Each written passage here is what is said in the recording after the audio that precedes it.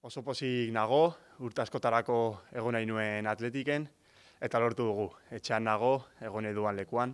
Atletik erronka handia da Euskal Herriko jokalarientzat, eta nik bertan egon nahi dut. Klubak nire aldeko apostu sendoa egin zuen kadetetan, eta orain asmo handiko proiektu pertsonal batekin egiten du. Nigan jarritako konfiantza guztia itzuli nahi dut zelaian, gainera eskerrak eman nahi dizkiet klubari eta Mikel Gonzalezi, hilabete hauetan kontratu berritzeko izan duen diskretxoagatik. Ez dago Atletik baino klub hoberik futbolari eta pertsona gisa aurrera egiteko. Parteko albistea da, ezin hobea Atletik klubarentzat. Zutabe estrategiko bati erantzuten dio, ahalik eta jokalari honenak izatea gure lehen taldeetan, gure parametroai egokituta noski.